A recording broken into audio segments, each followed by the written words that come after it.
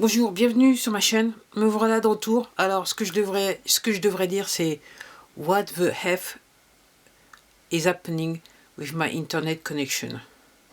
Ça c'est pour les anglophones. Mais bref, tout ça pour dire que j'ai un nouveau internet. Et là c'est presque miraculeux parce qu'ils sont pas venus chez moi, ils m'ont pas téléphoné, ils m'ont pas envoyé une mail. Ok, donc en gros, soudainement j'avais plus d'internet depuis vendredi, soudainement maintenant j'ai internet. Bon. Alors, je vais commencer, je vais aller droit dans le sujet. Je vous disais, tout est lié. Tout est lié. Tout est lié. Et depuis 2 jours, je suis en train de penser. Banque centrale européenne.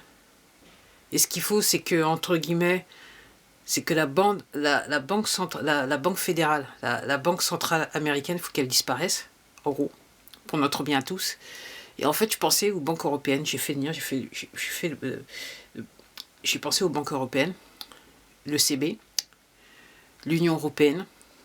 Et je me souviens quand on avait annoncé le début de l'Union européenne, j'étais jeune à cette époque-là, et je me suis dit, tiens, va falloir que j'apprenne l'anglais parce que ça peut aider beaucoup. Ça pourrait m'aider beaucoup. Et ce que je ne savais pas, c'est que comment, dans cette partie de ma vie, l'anglais, le fait de connaître l'anglais m'a aidé, c'est un truc de ouf. C'est un truc de ouf, c'est un truc de ouf. Donc, ouais. Donc à l'époque, je me disais, ouais, c'est bien et tout ça, ouais, c'est bien, c'est bien. Et en fait, maintenant je le vois, maintenant que je comprends ce qui se passe quand je vous dis que tout est lié, en fait, c'est au niveau de l'Europe, ok, c'était déjà une partie du plan. Ça avait déjà un lien. Après, effectivement, il y a beaucoup de gens qui critiquent l'Europe et compagnie, ce qui se passe dans l'Europe. Et en fait, il faudrait savoir, faudrait que vous renseigniez qui en fait siège au Parlement européen. Peut-être que ça vous donnera aussi des idées, vous comprendriez un petit peu mieux. Et oui, je me suis dit oui, c'était déjà je dirais une étape dans le plan. Et ça s'est passé, je me rappelle pas, c'était dans les années 80, je crois, il me semble, 80, 90, je me rappelle plus. J'aurais dû regarder avant de faire la vidéo. Mais en fait, l'idée, c'est de vous dire que oui, déjà, mettre en place l'Union européenne, ça faisait déjà partie du plan. À savoir que maintenant, on a une monnaie unique et que vous avez, je crois, 22, 23 pays qui en fait sous cette monnaie unique et que étrangement, l'Angleterre n'est pas rentrée dans l'histoire de monnaie unique. Mais je pense que ça, on est sur une question d'ego par rapport à qui règne, si vous voyez ce que je veux dire. Et en fait, ouais, c'était plus facile.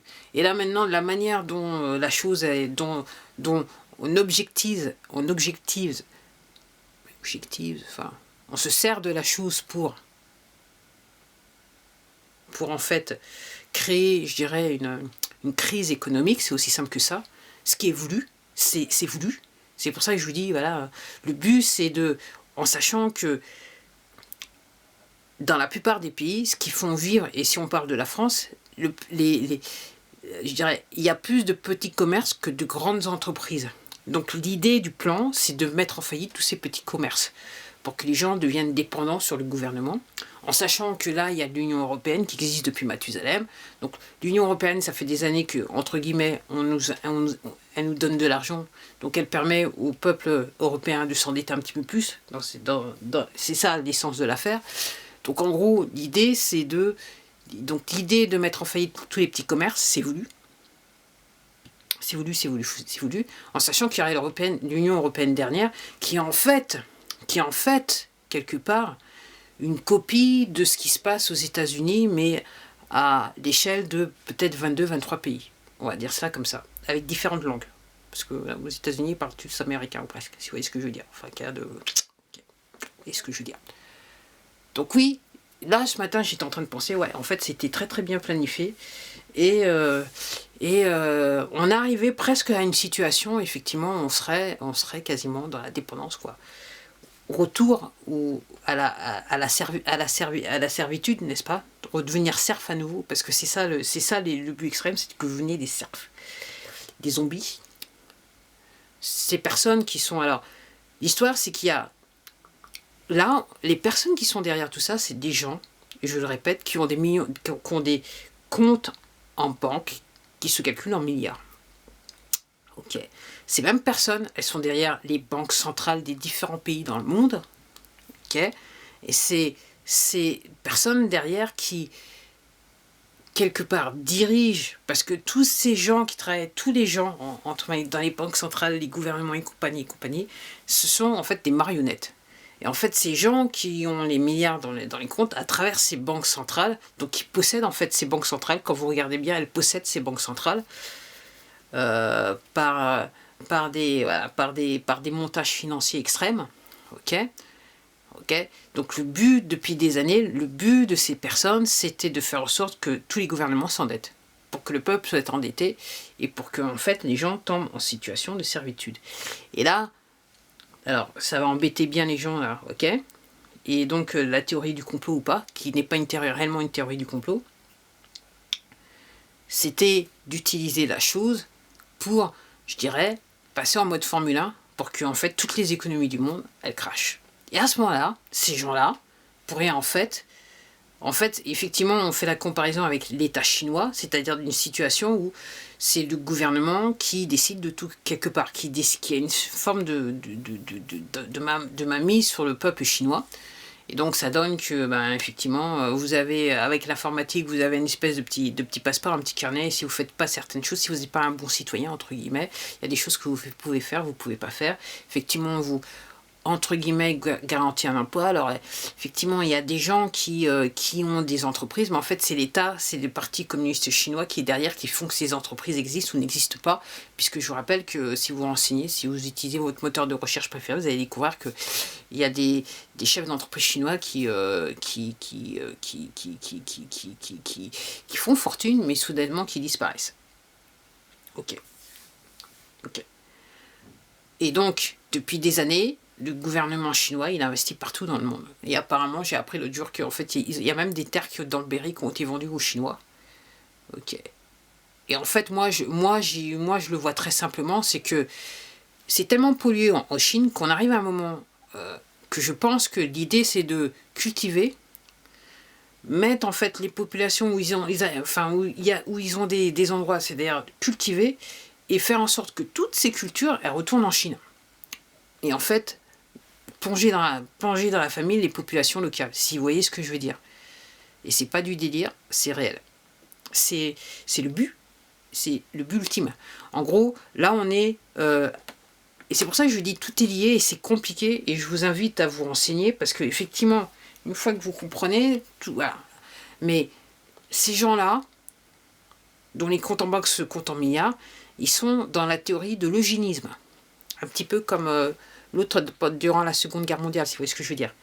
Donc en gros, l'eugénisme, c'est que on choisit certains types de gens. Certains types de gens ont droit à la vie, d'autres, ils ont pas droit à la vie, en gros. Et le plan, c'est d'éliminer une grosse partie de la population. Parce que ça fait longtemps qu'ils ont dit qu'on était trop dans le monde. Ok. Donc en gros, on a pensé que ça pouvait se faire à partir d'une chose, on a pensé que ça pouvait se faire à partir d'une crise économique. On s'est dit que si on fait une crise économique, on fout bien le bon son dans chaque pays, il y aura une guerre civile. Donc les gens, ça va faciliter les choses parce que les gens, ils vont pas bien comprendre, hein, ils vont s'entretuer entre eux. Et on va arriver à ce qu'on veut, c'est-à-dire que, voilà. Après, moi, j'ai dit que j'allais parler de cette vidéo, mais voilà, je vais bien arriver à la faire un jour, si l'actualité me le permet. Mais en ce qui me concerne, et ça, je l'avais calculé depuis bien avant toute cette histoire, quand j'ai décidé de devenir végétalienne, végane, c'est qu'en gros, tout est fait pour que, entre guillemets, on ne soit pas en bonne santé. Bon, il y a peut-être certains d'entre vous qui vont me dire, on le savait. Et puis il y a d'autres qui vont me dire de quoi tu parles. Mais je fais une vidéo, je vais aller au plus profond. Mais entre guillemets, pour en venir à nos petits bébés là, d'un point de vue économique, effectivement, maintenant je comprends quelle a été la fonction de l'Union économique depuis sa création et ces dernières années. Et là, je me dis, voilà. Donc, effectivement, il faut qu'elle disparaisse quelque part. Parce qu'en fait, elle veut pas, sous le couvert de bien vouloir le bien des Européens, en fait, c'est pas une structure qui a été créée pour pouvoir valoir du bien au peuple européen, en ce qui me concerne. Bon, Après, dans le même sens, on peut aller voir ce qui se passe du côté de l'OMS, l'Organisation mondiale pour la santé, l'histoire de enfin, le FMI, puis l'étrange affaire avec DSK, enfin, sans commentaire. Ouais. Et puis il y a la Banque européenne, okay, qui décide de certaines choses pour les peuples, n'est-ce pas, qui décide d'accorder des prêts ou pas accorder des prêts. Puis vous avez les chefs de gouvernement européens qui vont religieusement demander vas-y, tu nous prêtes combien et tout ça, t'inquiète, on va s'occuper. Et comme je disais dans le début des vidéos, quand j'ai commencé cette série, en fait, je parlais de la Grèce et je disais au début, oui, où est notre économie? Si ça continue, on va se retrouver dans la même situation qu'en Grèce. Mais en fait, la situation en Grèce, je dirais que c'était déjà une étude de cas. On a essayé de faire certaines choses, on a vu comment ça marchait. Ok. Et avec la chose là qu'on a mis depuis mars, là, qui a été déclarée depuis mars, en gros, c'était d'accélérer les choses et se retrouver dans la situation de la Grèce, maintenant que je comprends bien, mais encore pire. Ok. Bon, pour l'instant, au début ça marchait, mais là ça marchait pas parce qu'il y a des gens comme moi qui se réveillent, qui se disent oh, ok, ça c'est pas normal quoi. Ok, ça n'a plus de sens, et ça percute plus de la bonne manière quoi. Ok. Donc et je me dis voilà, et je me dis voilà, enfin. J'allais dire, heureusement qu'on n'a pas d'armes en France, mais je dirais que même aux États-Unis, il y a des gens, c'est la Constitution, chaque individu peut avoir une arme à feu, mais là on voit que, voilà. Et d'un autre côté, quand vous écoutez bien le discours, si vous regardez ce qui se passe aux États-Unis, c'est pas les partisans de Trump qui appellent aux armes. C'est pas les partisans de Trump qui vont faire des émeutes, qui vont casser des trucs, qui vont mettre le feu un petit peu partout, si vous voyez ce que je veux dire. En gros, c'est ça. C'est un petit peu ce qui se passe en France, quelque part. Et c'est normal que ça soit pareil en France, quelque part. On a les mêmes gens avec les mêmes profils, vous savez, habillés en noir, qui pètent tout et qui cassent tout. Parce qu'en fait, ces gens-là, ils sont payés par les mêmes personnes qui ont des comptes en banque qui se calculent en milliards. Alors, si vous voulez pas, si vous comprenez pas, je vous invite à regarder, à chercher, faire des recherches sur cette plateforme et utiliser votre moteur de recherche préféré et voir un petit peu, essayer de comprendre un petit peu ce qui se passe, quoi. Parce que, ok, je vous raconterai pas, enfin, je vais vous le dire, ça m'a quand même pris lire un bouquin, David Stockman, ok. The Great Deformation, pour réaliser ce qui se passait d'un point de vue économique. Et là maintenant que, en gros, c'est assez curieux parce que ce livre, je l'avais depuis des mois, j'avais acheté depuis des mois, et là, juste avant, et je le savais pas, juste avant qu'on déclare le premier confinement, j'avais décidé de commencer à le lire. Et en gros, quand j'ai fini, que j'étais sur le point de finir le bouquin, quand le confinement a commencé, et tout de suite j'ai compris ce qui se passait d'un point de vue économique. J'ai compris. Et là, maintenant que je suis un petit peu plus dans l'histoire et que je me suis renseigné un petit peu plus, maintenant je comprends, voilà, je comprends quel était le grand dessin, le grand plan par rapport d'un point de vue économique. Et tout ça, en gros, pour résumer la chose, c'est pour mettre les populations en servitude. Donc c'est très bien que vous puissiez plus, voilà, vous puissiez plus payer près de votre maison, parce que de toute façon, le bulletin, c'était de vous, comment ça s'appelle, exproprier, prendre vos biens. Donc vous puissiez plus payer votre facture, que vous puissiez plus payer vos impôts et tout ça, c'est, pour ces gens-là, c'est parfait. C'était le but imposé. Donc en gros, et ce qui est sur, enfin, ce qui est je dirais le grain de sable dans la roue, c'est que les gens se réveillent, quoi. Et moi, je suis convaincu qu'ils pensaient que, à la fois avec la télé et les réseaux sociaux, ils avaient verrouillé le truc. Et moi, je pense qu'ils n'avaient pas prévu le comportement des gens en situation de confinement. Et entre guillemets, ces mêmes réseaux sociaux qu'ils ont essayé, qui ont été utilisés pour essayer de mettre les gens, de mentir aux gens et mettre les gens en servitude, en fait, ça s'est retourné contre eux. Les gens ont utilisé ces réseaux pour à la fois se renseigner et communiquer entre eux, et s'organiser entre eux. Et donc, une forme de résistance quelque part. Donc c'est intéressant. Donc oui, mon propos, c'est que maintenant je réalise qu'effectivement l'Union économique européenne, c'est pas notre grande amie. En fait, c'était un élément du plan, et qui, voilà. Alors moi, ça m'a pris un petit peu de temps, je dois l'admettre, pour comprendre. Mais après, voilà, je suis passée au début, j'étais jeune, je me suis dit, ah ouais, ok, il faudrait que j'apprenne l'anglais. Ouais, c'est pas trop mal.